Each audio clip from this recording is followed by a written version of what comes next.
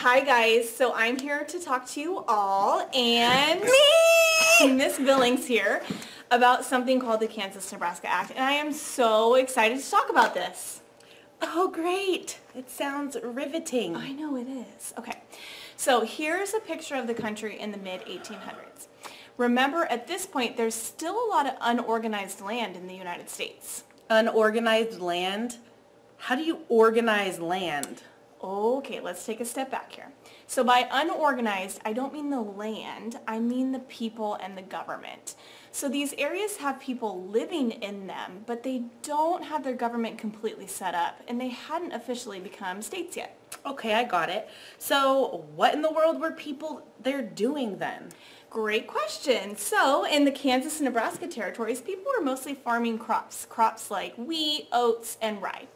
It was a really popular area for migrants coming to the United States to settle in, and by the mid-1800s, there are just so many people there that it's time for them to get organized and become official states. Okay, I get it, but I'm confused. What in the world does this have to do with the Civil War? Okay, be patient. I'm getting there. So let me introduce somebody to you.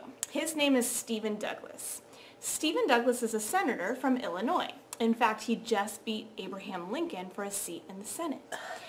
And he's dead set against the country going to war. He's trying to do everything he can to keep the country together. What? Okay, first of all, he beat Abe. He's my fave. But I'm not sure I like this guy. But on the other hand, I do like that he's against the war and he wants to keep the country together. I'll wait and see if I like him. But wasn't he in School of Rock? No, that would be Jack Black, but he does kind of look like me, right? Sort of. Okay. Anyway, so Douglas's idea is let's build a railroad to connect the country. Choo-choo! Great idea, right? Mm-hmm. And it'll go straight through Illinois, which is where he's from, so it's a win-win. Everyone's going to be happy. Great, let's go, we're done. Just like a Disney movie with a happy ending, they all lived happily ever after, right? We're done? The end? Yeah, unfortunately, no. Not so quick. So the issue of slavery was going to come up again, because in order to get the railroad built, Kansas and Nebraska, those territories have to become organized states for it to work. So the question is, what's going to happen? Are they going to come in as slave states, or are they going to come in as free states? I bet Frederick Douglass has an answer for that. You mean Stephen Douglas? Oh. And yeah, he sure does. So Douglas knows that in order for this bill for the railroad to be built to pass, he has to get the Southerners to be happy. So he has a proposal. Let's let the people in those areas decide for themselves. It's called popular sovereignty. The people vote and decide whether they want to be a slave state or a free state. Well, I don't like that idea at all. No slavery ever. Yeah, I agree. And that's how most Northerners felt back then, too. It made them really upset because under the Missouri Compromise from not that long ago, these territories should technically be free since they're in the North. So wait, that means any state could now technically be open to slavery? You got it. And the abolitionists absolutely lost it over this, like you just did. Yeah. They felt that these territories should have been completely close to slavery anyways, since they were in the free zone.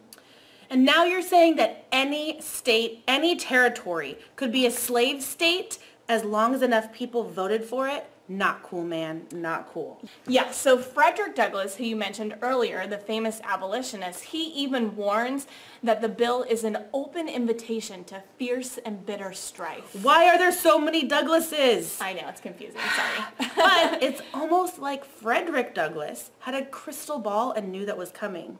Definitely. And the president at this time, Franklin Pierce, was a pretty weak president. He was a Northerner, but the leader of the South, Jefferson Davis, was his Secretary of War. Don't you mean Jefferson Douglas? No, Davis. Oh, well. Not everyone's a Douglas. And Stephen Douglas, the guy who proposed this bill in the first place, promises to make his presidency a living nightmare if he doesn't vote for the bill.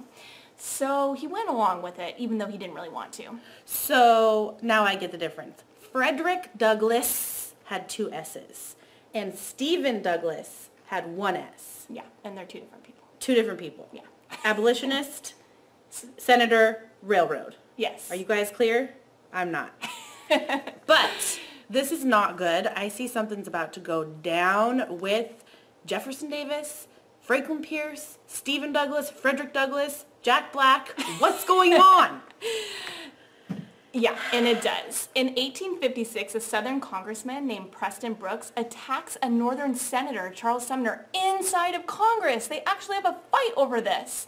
Congressmen actually start to carry pistols and knives with them into Congress because there is so much drama and everyone's so heated about this. Pistols and knives? What is this, The Outsiders? I know, this seriously. is crazy. So, what happens? Do Kansas and Nebraska get to come in as states? I'm dying to know. If you can believe it, the drama actually heats up even more. But you're going to have to wait till our next video on Bleeding Kansas to find out about what happened. What the heck? You can't leave me hanging. You'll have to watch the next one.